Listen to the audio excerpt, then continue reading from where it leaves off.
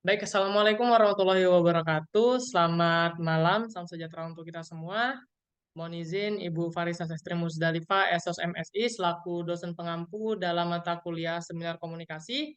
Di sini saya Irham Imrandika, mahasiswa Ilmu Komunikasi Universitas Wijaya, Angkatan 2020, dengan nomor induk mahasiswa 0703-128-2025-100.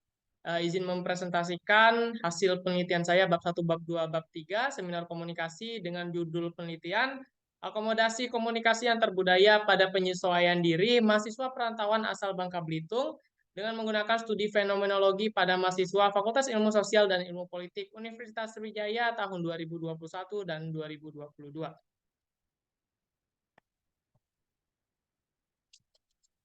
Universitas Sriwijaya sebagai salah satu perguruan tinggi negeri favorit tentu berpartisipasi dalam pertukaran budaya dan akomodasi di dalamnya. Setiap tahunnya tercatat ratusan mahasiswa dari Bangka Belitung lulus ujian masuk Universitas Sriwijaya, termasuk ke Fakultas Ilmu Sosial dan Ilmu Politik. Tahun 2021 dan tahun 2022 tercatat ada 33 mahasiswa yang diterima di Fakultas Ilmu Sosial dan Ilmu Politik Universitas Sriwijaya yang tersebar di 4 jurusan berbeda. Sebagai mahasiswa perantauan, tentu mereka harus beradaptasi dengan lingkungan sekitar untuk mempermudah kehidupan bermasyarakat. Namun, karena adanya perbedaan budaya seperti kebiasaan makan, bahasa sehari-hari, serta cara berkomunikasi, membuat mahasiswa perantauan asal Bangka Belitung kerap kali kesusahan dalam beradaptasi dengan lingkungan sekitar tempat mereka tinggal. Nah, ada dua alasan kenapa saya mengambil judul penelitian ini. Yang pertama adalah banyak mahasiswa perantauan asal Bangka Belitung yang berkuliah di Universitas Sriwijaya, terutama di 4 jurusan yang tersebar dalam Fakultas Ilmu Sosial dan Ilmu Politik. Lokasi yang dekat membuat mahasiswa asal Bangka akhirnya memilih Universitas Sriwijaya sebagai salah satu universitas tujuan berkuliah. Tercatat pada tahun 2021 terdapat 17 mahasiswa dan tahun 2022 terdapat 16 mahasiswa dengan total 33 mahasiswa angkatan 2021 dan 2022 yang berkuliah di FISIP Universitas Sriwijaya.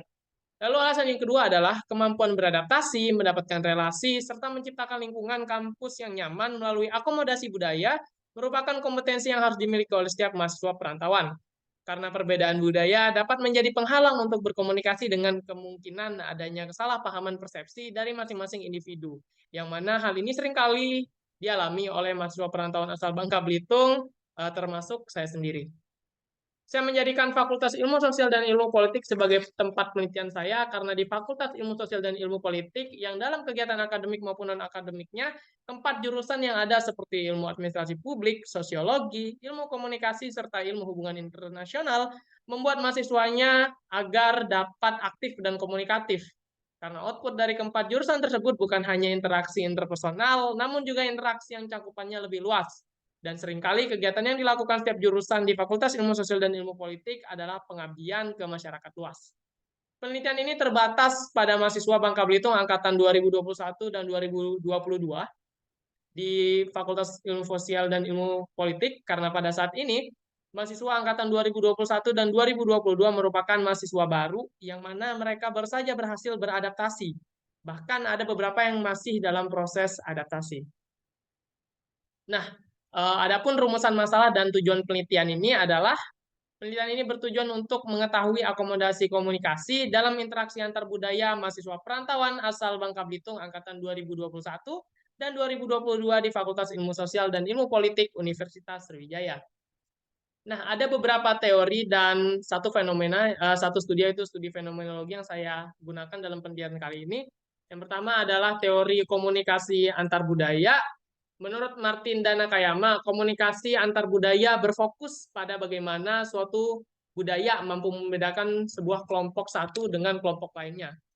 Komunikasi antar budaya pada dasarnya mengkaji bagaimana budaya berpengaruh terhadap aktivitas komunikasi seperti makna pesan verbal dan nonverbal menurut budaya. Budaya bersangkutan, apa yang layak dikomunikasikan, serta kapan waktu yang baik untuk mengomunikasikannya. Yang kedua adalah teori interaksi adaptasi. Teori interaksi adaptasi merupakan teori yang menjelaskan mengenai proses budaya tuan rumah dan pendatang hingga dapat mengetahui tahapan-tahapan penting yang harus dilewati untuk menghasilkan komunikasi antar budaya yang berkualitas dan menghindari konflik yang mungkin timbul ketika setiap pihak tidak mengetahui mengenai interaksi adaptasi yang baik dalam menjalin komunikasi antar budaya. Nah, 9 prinsip yang dimiliki oleh teori interaksi adaptasi inilah yang nantinya akan membantu saya dalam proses penelitian. Yang ketiga adalah teori pengurangan ketidakpastian, dikemukakan oleh tokoh bernama Charlie Barger dan Richard Calarblaze pada tahun 1975 yang mempunyai asumsi urgensi adanya interaksi karena tujuan utama dari sebuah komunikasi adalah pengurangan ketidakpastian antara dipertemukannya orang asing saat pertama kali bertemu dan bercakap-cakap. Selanjutnya adalah teori akulturasi dan kultur shock yang dikemukakan oleh Berry pada tahun 1987 dan Oberg pada tahun 1960. Nah, dari judulnya akulturasi dan kultur shock kita tahu bahwasanya ini akulturasi adalah orang yang masuk ke budaya lain dari budaya yang berbeda, dan kultur shock adalah kita kaget ketika masuk ke dunia baru, ke kebudayaan baru. Nah, lanjut, saya juga menggunakan co-cultural theory, yaitu teori yang menjelaskan mengenai perlu adanya kesetaraan budaya. Artinya di sini tidak ada budaya yang berbeda atau merasa lebih tinggi derajatnya dari kebudayaan lain. Semuanya setara. Teori ini dikemukakan oleh Mark Orbe yang dilandasi oleh Newt Group dan Standpoint. Ini saya ambil dari Ceris Kreme pada tahun penelitian yang mereka lakukan pada tahun 2007. Teori ini fokus pada memberikan kerangka negosiasi terhadap usaha-usaha untuk menyampaikan suara-suara dan kelompok yang dianggap termarginalkan dalam struktural dominan suatu masyarakat. Nah, selanjutnya adalah teori akomodasi komunikasi. Teori akomodasi komunikasi diperkenalkan oleh Howard Giles. Teori ini menyatakan bahwa ketika seorang berinteraksi, mereka akan menyesuaikan pembicaraan, pola vokal, serta tindak lanjut mereka untuk mengakomodasi lawan bicara. Nah, teori akomodasi komunikasi ini mempunyai 3 bentuk adaptasi, yaitu konvergensi, divergensi, dan overakomodasi, yang akan menjadi acuan dan selanjutnya akan menjadi kerangka berpikir dan kerangka teori saya dalam penelitian kali ini. Nah, penelitian ini menggunakan studi fenomenologi sebagai pendekatan, yaitu studi yang berasal dari kesadaran atau cara memahami suatu peristiwa dan objek dengan mengalaminya secara sadar. Studi ini melihat pemaknaan dari mahasiswa asal Bangka Belitung terhadap pengalamannya secara sadar terkait akomodasi-akomodasi yang dilakukan dengan masyarakat sekitar tempat tinggal. Karena pendekatan fenomenologi digunakan untuk menggali masalah yang bersifat kompleks, penelitian dengan metode ini akan membuat batas penelitian itu menjadi luas serta memperkaya data empiris. Nah, ini merupakan kerangka teori dan kerangka berpikir yang selanjutnya akan saya gunakan dalam penelitian saya ke depan. Ini adalah mahasiswa rantau asal Bangka Belitung angkatan 2021 dan 2022 yang berkuliah di di Fakultas Fisip Universitas Sriwijaya. Yang selanjutnya akan kita kaji menggunakan teori antar budaya, unsur komunikasinya akan coba kita wawancara, akan kita cari.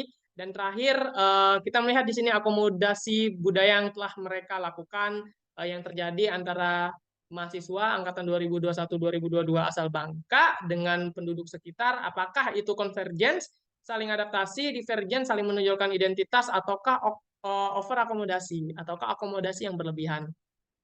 Nah, terdapat beberapa penelitian terdahulu yang saya jadikan acuan untuk menyusun penelitian ini. Ada komunikasi antar budaya dan masyarakat multikultural yang dibawa oleh Heri Haryadi dan Hana Silvana pada 2017. Ada penelitian dengan judul Akomodasi Komunikasi dalam Interaksi Antar Budaya, kasus perantau yang berasal dari daerah Banyumas dalam mengakomodasikan identitas kultural oleh Hanum Salsabila pada tahun 2011. Ada penelitian dengan judul Pola Komunikasi Antar Budaya Batak dan Jawa di Yogyakarta yang disusun oleh Adi Bagus Nugroho, Puji Lestari, dan Ida Winjinarti pada tahun 2012.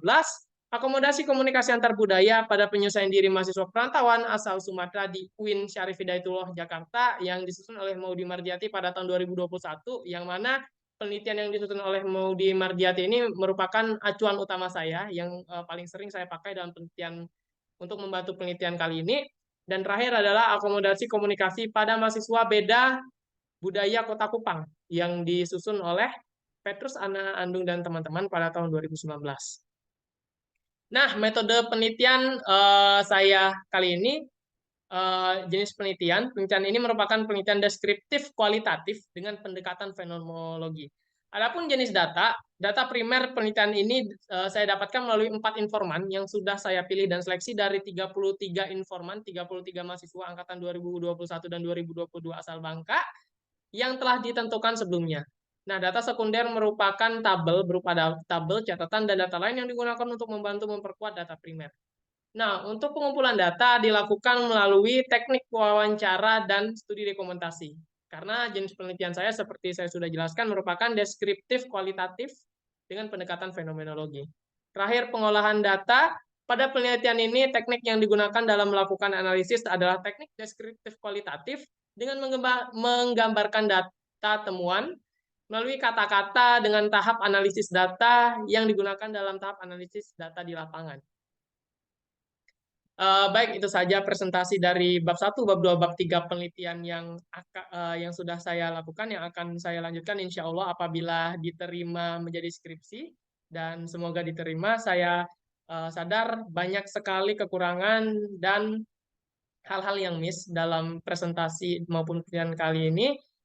Saya mohon kepada Ibu Farsasefti Musdalifah untuk memberikan masukan, kritik atau saran agar penelitian ini dapat saya lanjutkan ke depannya.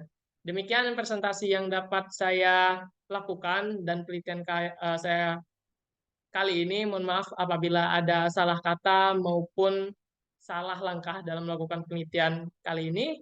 Saya tutup presentasi ini dengan kalimat wabillahi taufik walhidayah. Wassalamualaikum warahmatullahi wabarakatuh.